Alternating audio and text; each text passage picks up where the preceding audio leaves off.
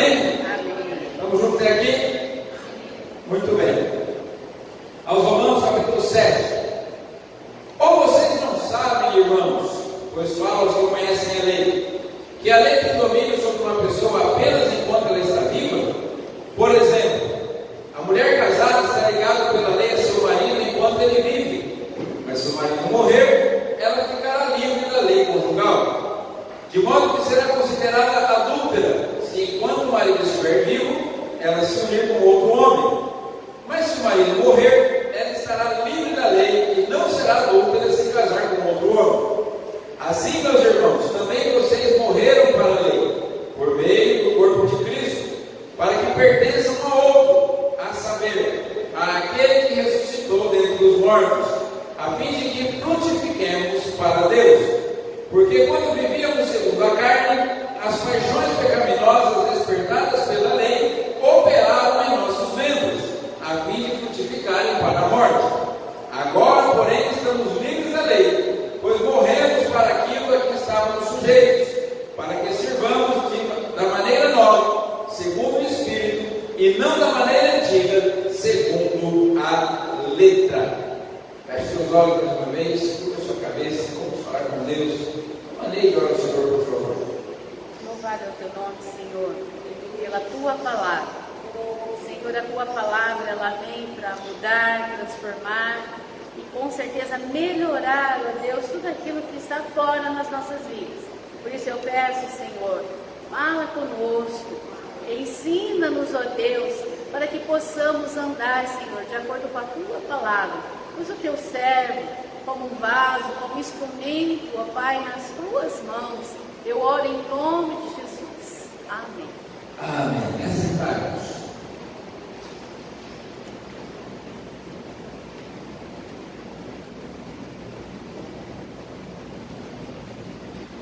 John Milton foi um capitão de navios negreiros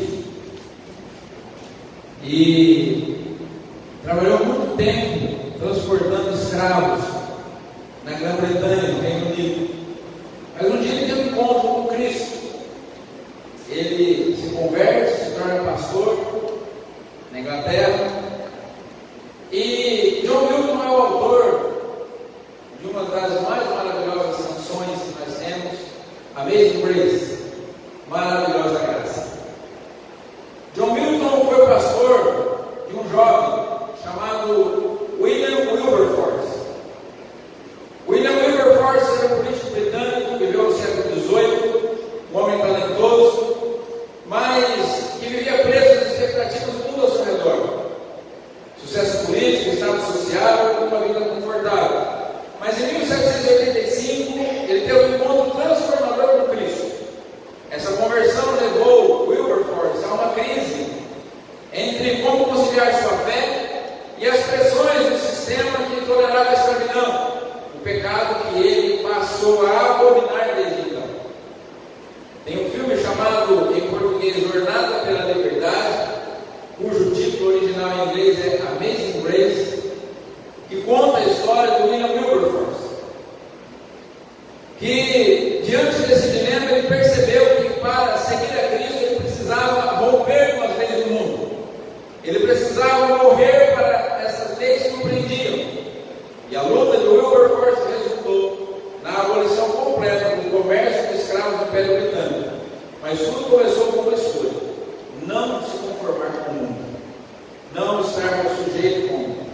Uma vez tendo entregado sua vida a Cristo, Wilberforce decidiu que ele não podia mais concordar com as leis vigentes na época.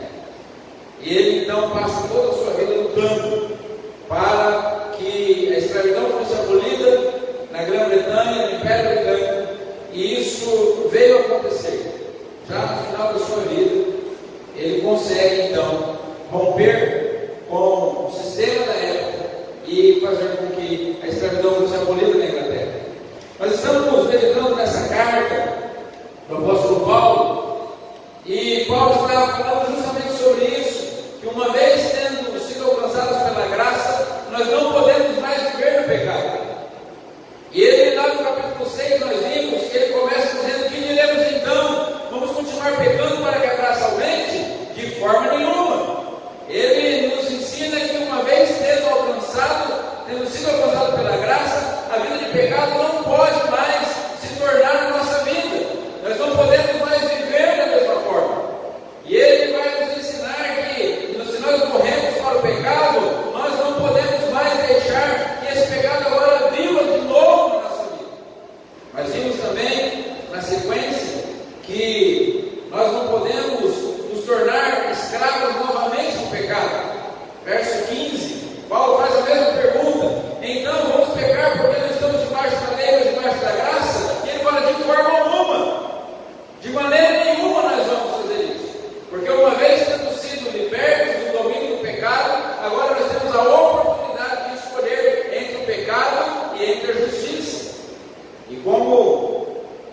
vivos para Deus e mortos para o pecado, devemos todos os dias, com a ajuda do Espírito Santo, nos considerar mortos para o pecado.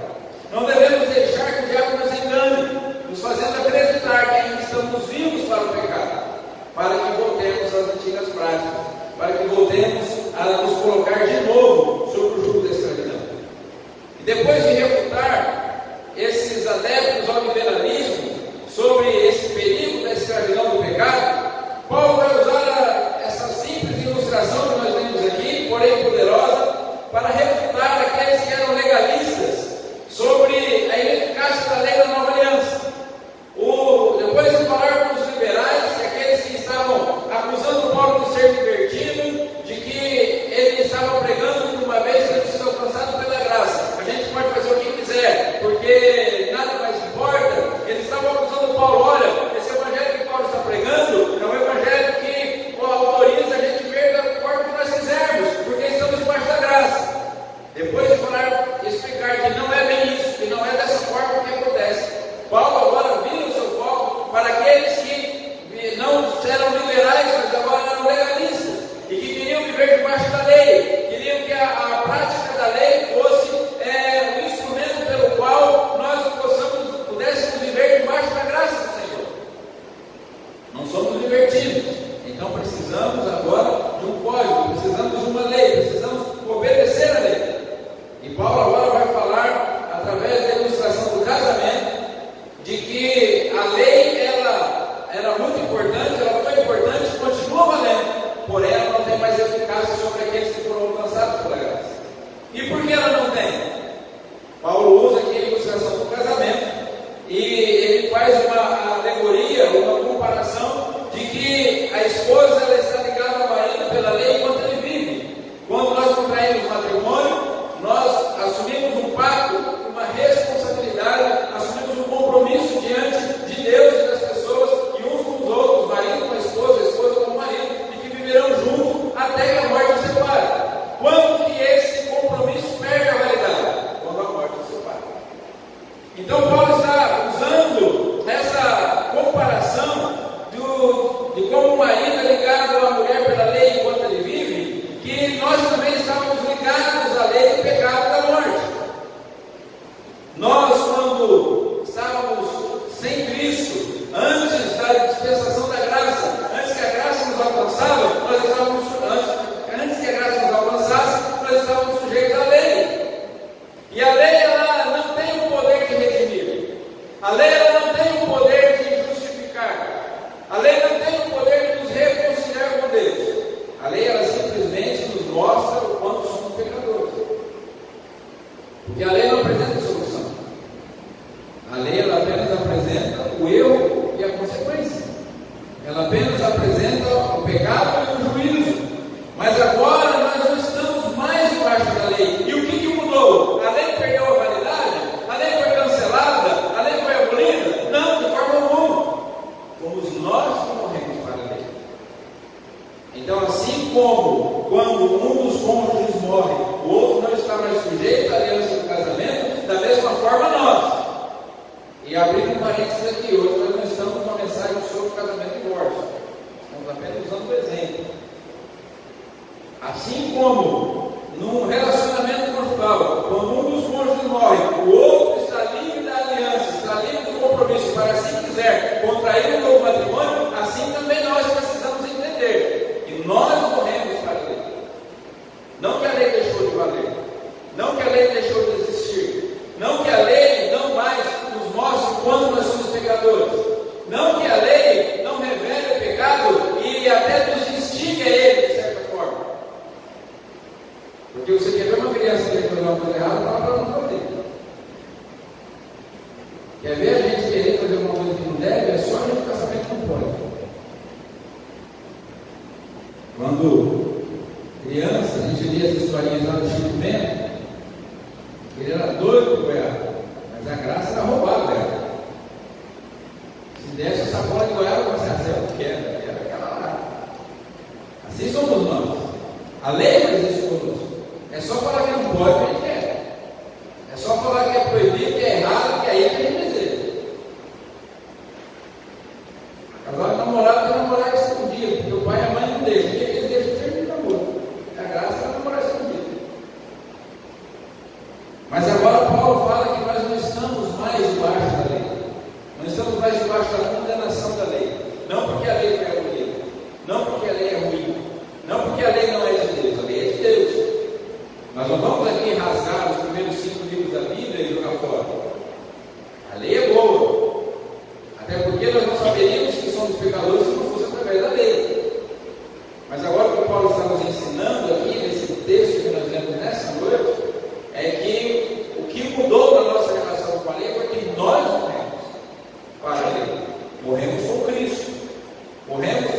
mediante o corpo de Cristo, diz o versículo 4. E o que isso significa na prática? Então nós vamos olhar para esse texto hoje, para olhar para dentro daquilo que Paulo quer nos ensinar, pensando no nosso lema, que é não nos conformeis com esse mundo, pensando nesse propósito que nós estamos vivendo, de não sermos conformados de forma alguma com o mundo, e ver que o apóstolo Paulo está nos chamando para uma libertação semelhante da lei do pecado para a liberdade de Cristo. Nós não estamos mais debaixo da lei, mas nós estamos debaixo da graça e sujeitos a Cristo nosso Senhor. Então, o tema sobre o qual nós vamos meditar nessa noite é libertos da lei para viver para Cristo. E aqui nós vamos ver que o apóstolo Paulo, primeiro, ele vai nos falar que a lei nos prendia ao pecado. Gostaria que vocês tivessem com a sua Bíblia aberta aí. Paulo vai nos ensinar, ele vai nos falar que a lei nos prendia ao pecado em primeiro lugar. Em segundo lugar, ele vai nos dizer que Cristo nos libertou para um novo Senhor. Lá no verso 4, nós morremos para a lei e ressuscitamos para pertencer a outro Senhor. Não pertencemos mais ao pecado, mas ainda pertencemos ao Senhor, e é o Senhor Jesus Cristo. E depois Paulo vai nos falar sobre o propósito da libertação, que é frutificar para Deus. Vamos juntos meditar sobre esses três aspectos do texto para buscarmos o nosso entendimento sobre como podemos estar menos conformados com o mundo e mais conformados à imagem de Cristo, nosso Salvador. Amém? Estamos juntos aqui, amém? Muito bem. Depois, tendo analisado o mesmo texto, faremos algumas aplicações e também seremos submetidos a alguns desafios importantes para o nosso crescimento espiritual. Muito bem. Em primeiro lugar, o texto nos fala que a lei nos prendia ao pecado. Quando João Calvino escreveu em seu comentário aos Romanos, ele falou que a lei é santa, mas embora sendo santa, ela se torna um instrumento de morte para nós. A lei, ela é um instrumento de morte por causa da nossa corrupção, porque sem Cristo ela vai expor o nosso pecado, mas não vai nos libertar dele, como já dissemos aqui. A lei é um espelho que mostra a sujeira do nosso rosto, mas não remove a sujeira.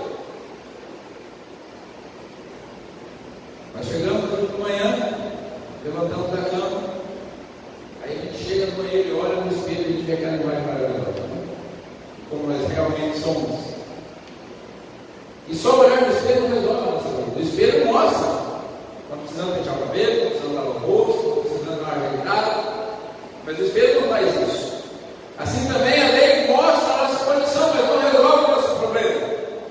E ela nos mostra que nós estamos mortos na nossa carne. No verso 5, o apóstolo Paulo fala disso. Estamos dominados pelas nossas paixões, estamos dominados pelo nosso desejo, nós estamos dominados pelo pecado, nós estamos sendo influenciados a todo momento a nos conformarmos com o mundo. E se nós cedermos a isso, o fruto que nós geraremos é o fruto para a morte, não o fruto para a vida.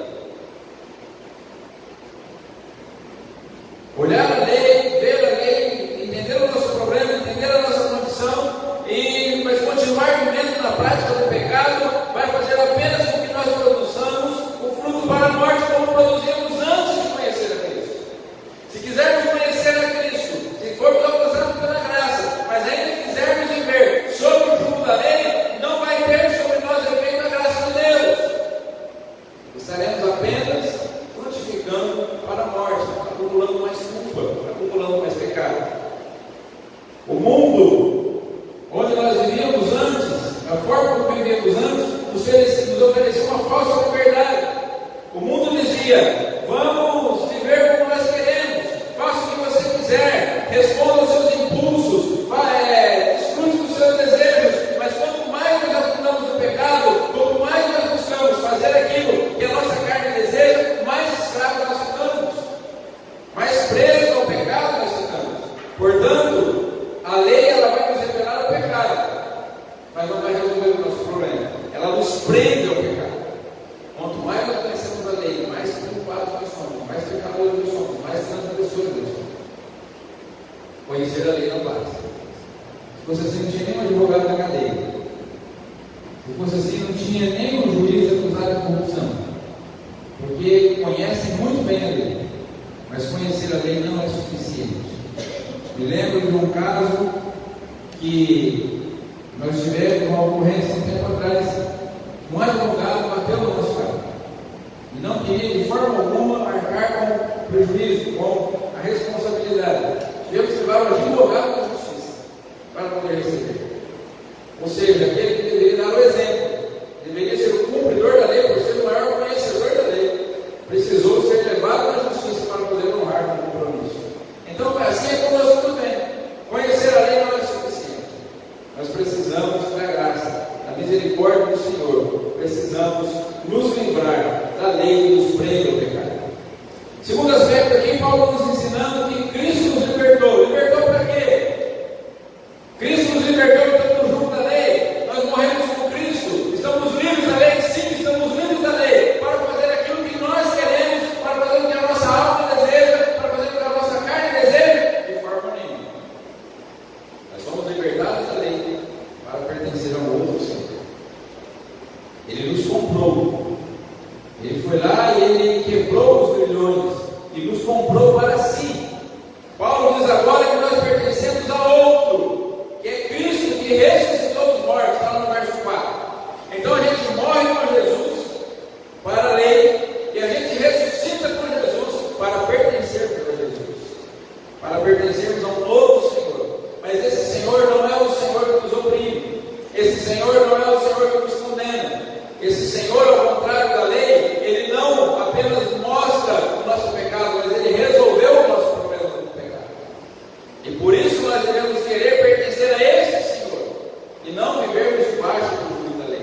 Paulo está falando aqui a legalistas, as pessoas que valorizavam a prática da lei e dizendo assim: se vocês não morrerem para a lei, se vocês não ressuscitarem com Cristo, se vocês não pertencerem agora a esse novo Senhor, o fruto que vocês vão gerar é fruto para a morte e não fruto para a vida. O comentário da Bíblia de Genebra nos explica o seguinte: assim como a morte física altera os relacionamentos segundo a lei, a morte em Cristo altera as obrigações legais do crente. A punição que a lei exige é a morte, mas aqueles que morreram por meio da união com Cristo já sofreram essa penalidade. Ou seja, quando eu e você morremos com Cristo, a penalidade que a lei exigia, qual é o salário do pecado? É a morte. A lei exigia a morte como pagamento pelo pecado. Então já não há mais esse efeito sobre nós. Por quê? Porque estava no seu. Tem como matar quem acabou? Olha, você é culpado e a consequência da sua culpa é a morte. Eu sou assim: tudo bem, eu já fui. Por que você vai matar tudo? Mas como assim?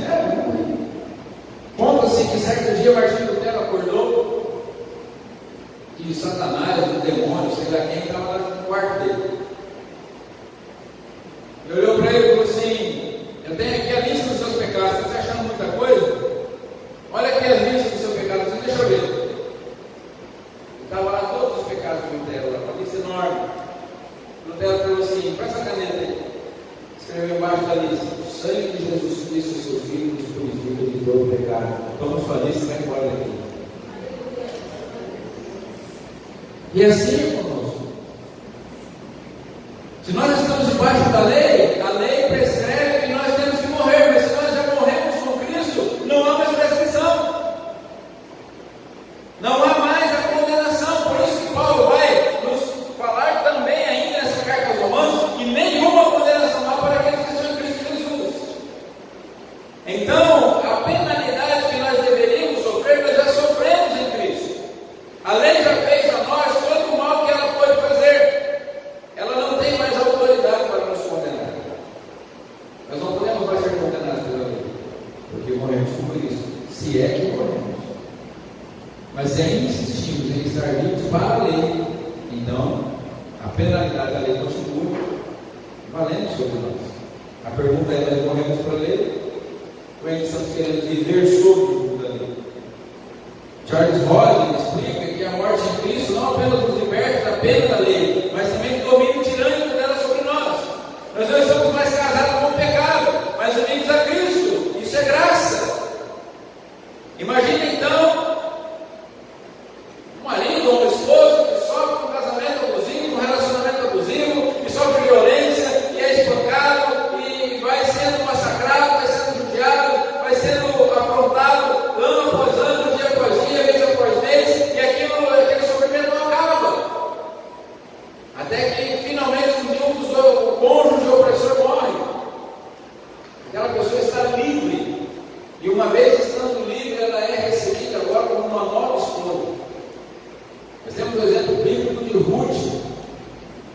Ruth se casa com o filho de Noemi, lá na terra de Moab, na terra distante, mas de repente o marido morre.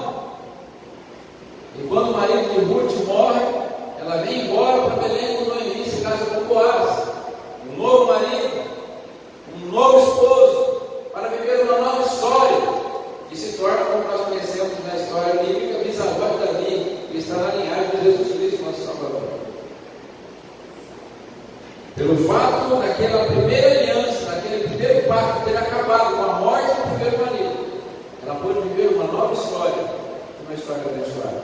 Não sei como foi o primeiro marido de Ruth, não é isso que nós estamos discutindo aqui.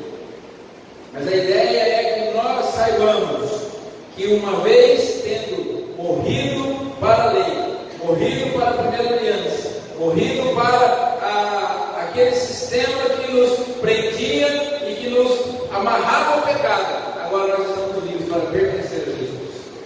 Portanto, esse nosso lema de não estarmos conformados com o mundo vai entrar justamente aqui, porque o mundo quer que nós estejamos presos às paixões da carne, inclusive ao legalismo. Porque quando nós falamos do pecado, nós não falamos de coisa ruim. Quando a gente fala do pecado, a gente não está falando só de fofoca, comprar e pagar, imoralidade, prostituição, não estamos falando só disso. Estamos falando de coisa boa também, que às vezes se torna pecado. Religiosidade, legalismo, hipocrisia, queremos achar que nós somos melhores do que os outros porque nós temos uma religião diferente da deles. Isso também é pecado. E é o que mais nos pega, porque é o pecado que a gente acha que está certo. Porque o pecado que a gente acha que está errado, a gente já sabe que está errado. Mas muitas vezes nós estamos vivendo em pecado achando que estamos agradando a Deus. E o legalismo é assim. Então Paulo está aqui dizendo, olha, cuidado. Cuidado porque vocês podem estar sendo moldados ao mundo, sendo presos a essas paixões carnais. Porque todos nós gostamos, às vezes, de nos sentirmos mais santos do que os outros, melhores do que as outras pessoas, apontando o dedo para o erro dos outros. Jesus falando com os hipócritas religiosos da sua época, falou assim, vocês devem primeiro tirar a trave para o olho de vocês, antes de ficar falando do cisco que está no olho do irmão. Ele falou, tira primeiro a trave do seu próprio olho, para depois você enxergar melhor quando tirar a trave, o cisco que está no olho do outro. Nós precisamos entender que nós todos somos carentes da graça e da misericórdia do Senhor. Mas o mundo não, o mundo é meritório. O mundo quer que nós nos sintamos importantes, que nós nos sintamos bem. E assim ele vai nos afastando cada vez mais do propósito de Deus, da graça de Deus, da bondade de Deus, para vivermos dominados por esse mundo que está fora, que quer com as suas paixões, e uma delas é a religião, a religiosidade, assim como todos os outros pecados que nós conhecemos. Mas nós precisamos entender que Cristo está nos chamando para uma nova vida. Nós só podemos viver uma nova vida se morrermos para a velha vida. É preciso estar morto para a lei. Nós vimos no capítulo 6 que precisávamos estar mortos para o pecado, mortos para o pecado. E agora nós estamos vendo que nós precisamos estar mortos para a lei, se quisermos desfrutar da graça de Deus. Porque esse é o propósito do Senhor para nós. E aqui Paulo vai encerrar falando justamente sobre isso. O propósito da libertação.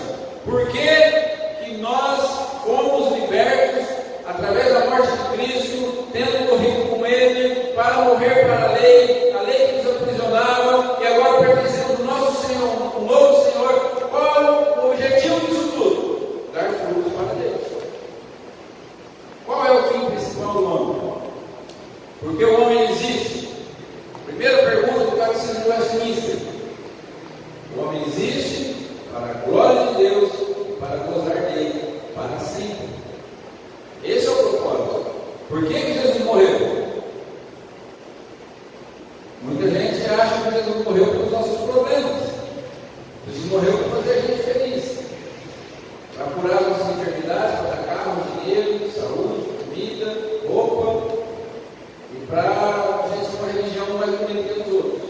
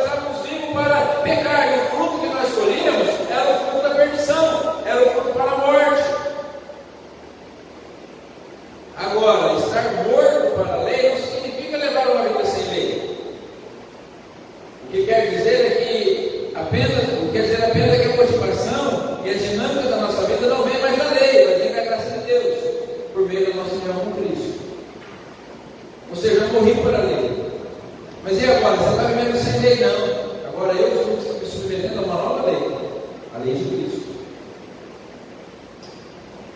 Agora estamos submetendo a uma nova carga.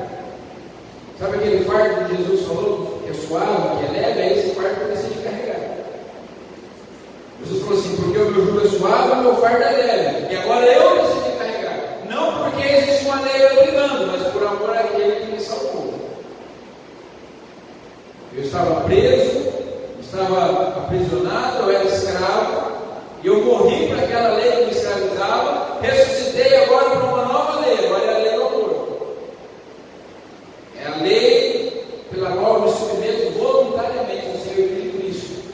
Esse meu novo esposo, que se entregou por mim, e por causa dele agora eu tenho vida eterna. Matthew Henry vai comentar que a alma libertada por Cristo não é deixada ociosa, mas é uma alma capacitada para servir a Deus em santidade. Para que Cristo nos liberta? Para a gente ficar olhando para o teto, esperando ele voltar? Jesus libertou, me libertou para quê? Para ficar sem fazer nada. Não, muito pelo contrário. A graça que nos alcança, essa libertação que a nossa alma recebe, ela é uma capacitação para servir a Deus em santidade. Agora eu vou ter atividades, agora eu vou ter atitudes, agora eu vou ter comportamentos que glorifiquem a Deus. Não é uma liberdade egoísta, mas é uma vida que glorifica a Deus e abençoa os outros. As pessoas que estão à minha volta agora vão ver que uma vez sendo libertado da lei, agora eu sirvo a Jesus. E o meu servir a Jesus significa servir as pessoas que estão à minha volta. Mas lembramos lá de Jesus conversando com os religiosos mais uma vez. E alguém chegou para Jesus e falou assim: qual é o primeiro mandamento da lei? E Jesus fala: o primeiro mandamento da lei é: ouve, ó Israel, o Senhor teu Deus é o único Senhor. Amarás todo o Senhor teu Deus de todo o teu coração, de todo o teu entendimento e de todas as tuas forças. E o segundo semelhante a esse é: amarás o teu próximo como a si mesmo. E o religioso responde: muito bem, o Senhor falou bem. O maior mandamento da lei, não tem mandamento maior do que esse: amar a Deus e amar ao próximo. Aí ele pergunta: mas quem é o meu próximo? Aí Jesus conta uma história. Um homem descia de Jerusalém para Jericó, caiu na mão dos salteadores e foi deixado dentro do caminho meio morto. Aí passou o sacerdote, ficou ele naquela situação, fez de modo que não viu e foi embora. Na minha vida está escrito assim, eu sei que é um pouquinho diferente. Depois do sacerdote também passou o levita, viu o homem naquela situação e foi embora. Possivelmente, dois compatriotas daquele homem que deveriam se compadecer dele não estavam nem aí para ele. Mas aí veio o samaritano. E o samaritano viu aquele homem naquela situação, se compadeceu dele. Ou seja, a dor daquele homem doeu no coração dele. Ele parou, socorreu aquele homem, aplicou o remédio necessário, colocou ele sobre a sua montaria, levou até o salário. Falou assim: olha, cuida desse homem. E quando eu voltei, tirou 2 denários, tinha 2 dias de serviço, que foi, entregou lá. Disse: cuida desse homem para mim. Quando eu voltar, se tiver alguma coisa mais para pagar, eu pago. E foi embora. E aí qual é a mensagem de Jesus? Jesus falou assim: qual foi o próximo homem que estava à beira do caminho? Aí Jesus falou assim: aquele que se compadeceu dele. Eu falei assim: então, esse se compadeceu.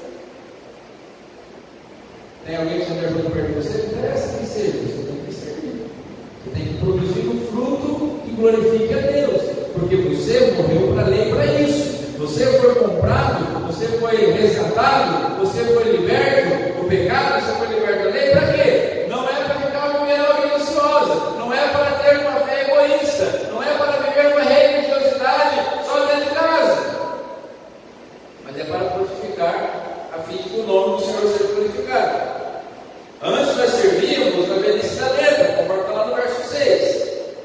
Era uma obediência fria e legalista, mas agora a gente se serve em novidade de espírito, com o coração transformado pelo Espírito Santo. Isso quer dizer que a lei morreu? De forma alguma. Não quer dizer que a lei morreu. Mas nós, ao morrermos e ressuscitarmos com Cristo, deixamos de sofrer os efeitos da lei para dar frutos para Ele. Porque é isso que Ele espera de nós.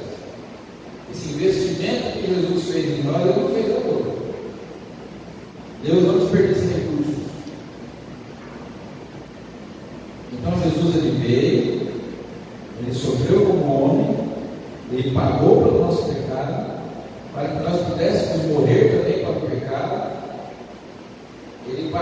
nós pudéssemos morrer para a lei, Ele nos resgatou, nos ressuscitou para uma nova vida, agora Ele espera uma coisa. Ele fez tudo isso de graça, porque não tem como pagar, é impossível pagar, não tem como a gente merecer, não tem como a gente pagar por isso, mas Ele espera algo em troca de nós. Ele espera que nós frutifiquemos para Ele agora. Nós não vamos mais estar sob os efeitos da lei, mas temos a responsabilidade, a obrigação de frutificarmos para Cristo. É isso que Paulo está nos ensinando aqui. A lei nos oprimia. Nós fomos libertos da opressão da lei. Fomos libertos da opressão da lei para pertencer a Cristo. Não é para a gente viver do jeito que a gente quer. Fomos libertos da lei, mas para pertencer a Cristo. E uma vez pertencendo a Cristo, temos a responsabilidade de frutificar, porque foi para isso que Ele nos resgatou. Então, como essa mensagem, como esse texto se aplica à nossa vida? Primeiro, eu e você precisamos olhar para a cruz e lembrar que ela é o fim da nossa escravidão. Diante de tudo isso, eu e você, toda vez que nós olharmos para a cruz, nós temos que pensar no seguinte: aquela cruz existe porque eu era escravo e Jesus nos libertou. Vocês lembram quando a Páscoa foi instituída lá no Êxodo? A Páscoa foi instituída no momento da libertação dos judeus, dos hebreus do Egito, onde tinha o sangue lá na porta,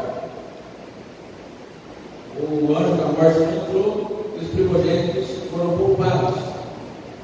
E aí Deus falou assim para o povo: vocês vão fazer isso todos os anos agora, matar um cordeiro e passar o sangue na porta. Mas para quê? Nós não saímos do Egito, nós não saímos da escravidão, nós não estávamos tudo certo, por que ninguém continuar fazendo isso? E Deus falou assim: porque quando os filhos de vocês perguntarem que cerimônia é essa, vocês vão olhar para ele e falar assim: isso significa que nós éramos escravos e nosso Deus se converteu. Então eu e você, quando olhamos para a cruz, nós precisamos lembrar que aquela cruz é o fim da nossa escravidão. Quando Cristo morreu e quebrou as correntes que nos prendiam à lei do pecado, nós não precisamos mais viver para agradar o mundo, nós não precisamos viver para provar algo, nem para as pessoas e nem para nós mesmos, porque agora a nossa identidade está em Cristo e não na expectativa que as pessoas têm a nosso respeito. A religião no tempo de Jesus vivia vigiando as pessoas, mas as pessoas estavam fazendo certo e errado. O ano estava 38 anos lá no tempo de Betel, ninguém nunca ajudou ele. Nunca apareceu o Filho de Deus por ele dentro da água quando a água ajudar. Mas foi Jesus para o homem, ele pegar a maca na mão, pode ser um religioso. Você está fazendo essa maca na mão, você não vai conversar, você não pode?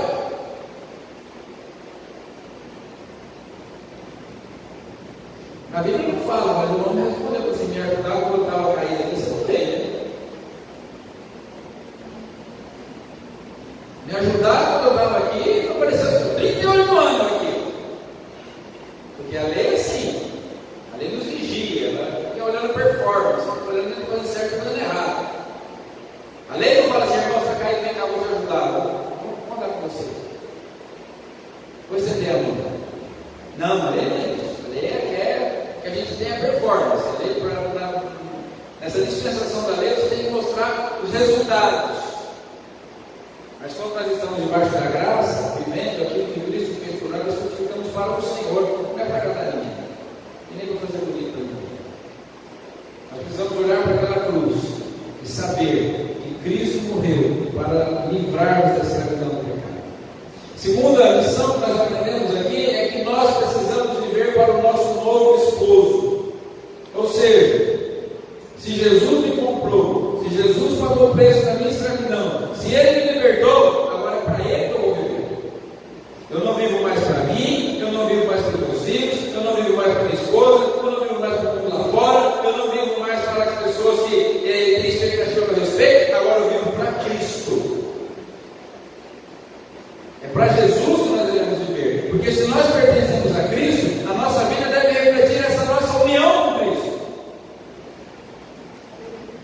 Porque não faz sentido eu estar casado com a minha esposa e não estar casado com a mulher publicamente. Não faz Você está casado com o seu marido e andar com outros homens publicamente.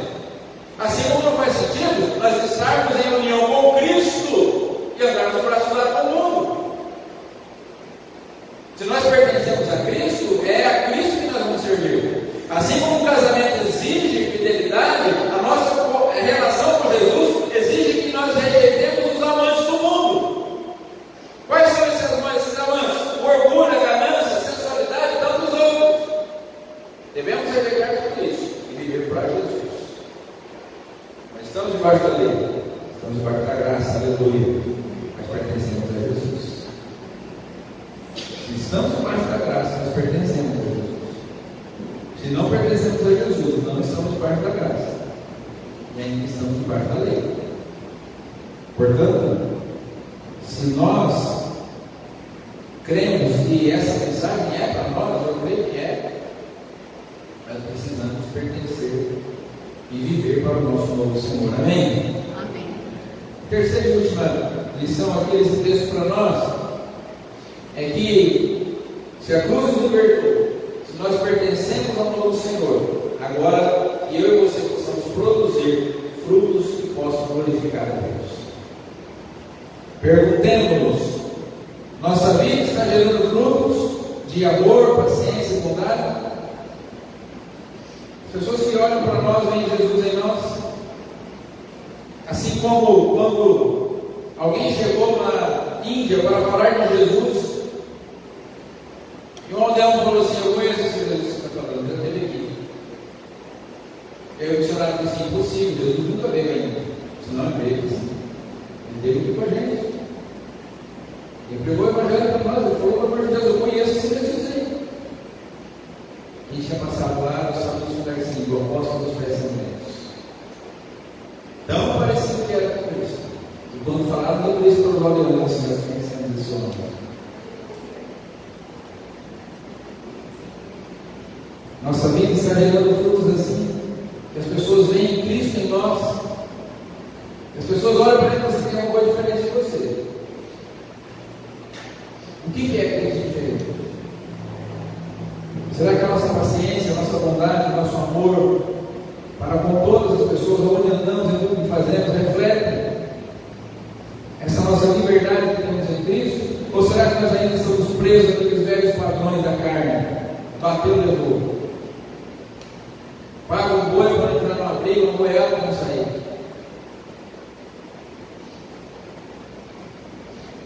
Se beber não me livre, se for beber me chama.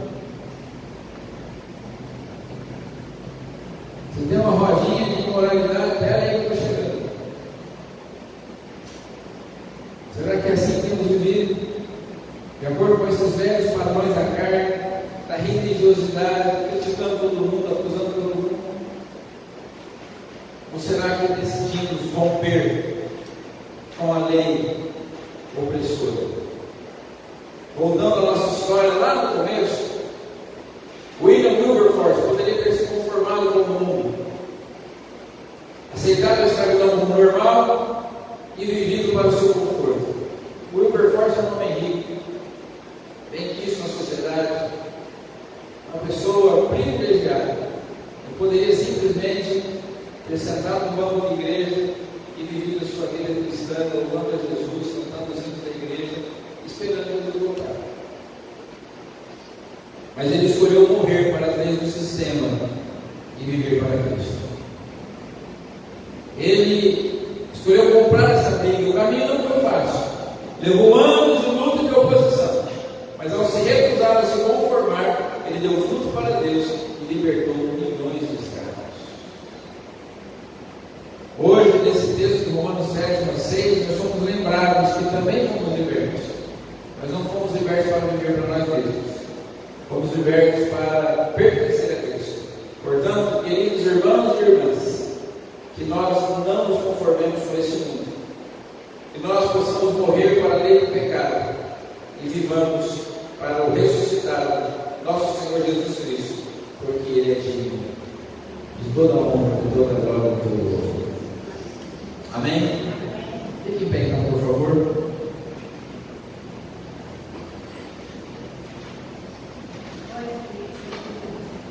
Feche seus olhos. Esse momento vai ser muito importante. Sem esse momento, irmãos, tudo aquilo que falamos até aqui não faria sentido. Porque a gente não veio aqui buscar informação. A gente veio aqui para buscar conformação. A gente não veio aqui buscar conhecimento. A gente veio aqui para buscar mudança de vida. E mudança de vida começa com uma decisão. Mudança de vida começa quando nós entendemos o nosso pecado, quando nós entendemos o que está errado e decidimos mudar. Aí o Espírito Santo nos auxilia nas nossas fraquezas, nos ajuda a orar e vai trabalhando o nosso caráter até que nós nos tornemos um pouco mais parecidos com Jesus. Portanto, esse momento é muito importante. Conversava com um irmão essa semana, ou esses dias, não me lembro bem, sobre a irrelevância de muito conhecimento. Conhecimento apenas enche a nossa cabeça de informação. Não adianta absolutamente nada a gente decorar a Bíblia inteira e ela não fazer efeito na nossa vida. Se nós olharmos lá para o texto da tentação de Jesus, a gente vê o diabo citando a Bíblia. O diabo sabe aquilo de cor, sabe melhor que a gente. Mas continua sendo diabo, continua condenado, continua aguardando o momento de ser lançado no lago do fogo, mesmo sabendo a Bíblia de cor. Então não é para isso que a gente está aqui. A gente está aqui para buscar informação. A gente está aqui para buscar conformação. Conformação com o caráter de Cristo. E para isso é importante que nós meditemos em algumas coisas nesse momento e tomemos algumas decisões. Primeiro, precisamos identificar algumas áreas da nossa vida onde nós estamos nos conformando com o mundo. O que nós temos assistido, o que nós temos desejado, o que nós temos praticado, como nós temos vivido. Nós temos decidido, como Wilberforce, enfrentar essa lei que nos prende, morrendo para essa lei, nos entregando a Cristo? Ou será que estamos tão influenciados pelo mundo, pela religião, pela lei, que não conseguimos morrer para isso tudo, para viver para Cristo? Em que áreas da nossa vida nós precisamos de mudança hoje? Hoje, irmão, não é amanhã, não é para a semana que vem, não é para o próximo ano. Para agora, para já. Quais são as áreas da nossa vida?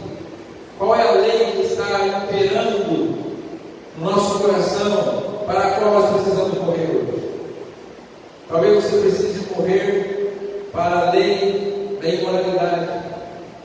Talvez você precise morrer para a lei do vício. Talvez você precise morrer para a lei da religiosidade, da hipocrisia.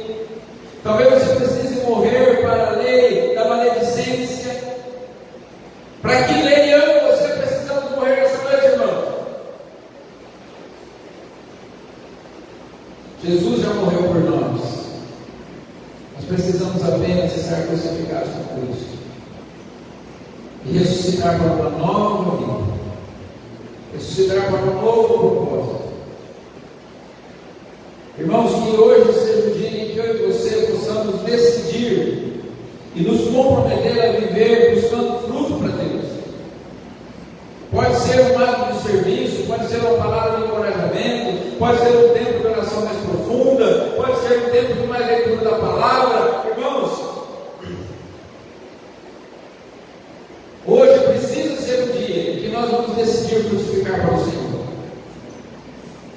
Senhor, eu quero chegar aqui na semana que vem, no próximo culto, eu quero ter frutos apresentados. É muito bom, irmãos, a gente ter entregado a vida para Jesus. É muito bom a gente ter confessado Jesus como nosso Salvador, ter passado pelas águas do batismo, ter assumido um compromisso com Cristo, frequentar os cultos, ser dizimista, ser ofertante. É muito bom a gente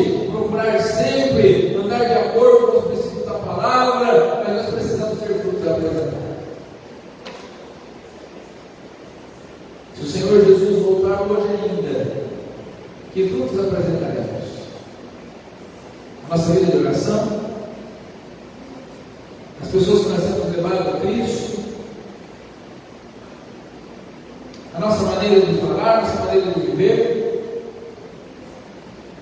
Temos servido uns aos outros em amor, vamos conseguir apresentar atos de serviço como fruto da nossa redenção. Lá no Antigo Testamento, Deus instituiu algumas festas. O povo de Israel, durante o ano, eles tinham que celebrar algumas festas. E uma frase muito importante, que a gente lê na instituição de todas essas festas: ninguém aparecerá diante de mim de mãos vazias. Que frutos temos para apresentar, irmãos? Não é o fruto que vai comprar nossa entrada no céu, não é o fruto que vai nos tornar melhor diante de Deus, não é algo que a gente tem que apresentar como relatório, mas é o que o Senhor quer saber, que foi produzido por nós, como resposta ao amor e à graça que nos alcançou. Que essa semana eu e você possamos estar comprometidos a frutificar para Deus, a frutificar para o Senhor. E por último, que hoje seja o dia que eu e você rejeitemos a velhice da letra, que nós paremos uma vez por todas de tentar agradar a Deus por obrigação, que eu e você hoje possamos tomar a decisão de entendermos o seguinte: eu não sou obrigado a fazer nada para Deus para merecer o favor de Deus, eu não tenho essa obrigação, mas eu quero servir ao Senhor por amor. Que nós possamos pedir ao Espírito Santo para que renove o nosso coração, para que possamos servir ao Senhor com alegria, para que quando chegue o dia de domingo, a gente venha com uma reunião de oração com o coração regozijando de alegria. Que oportunidade maravilhosa!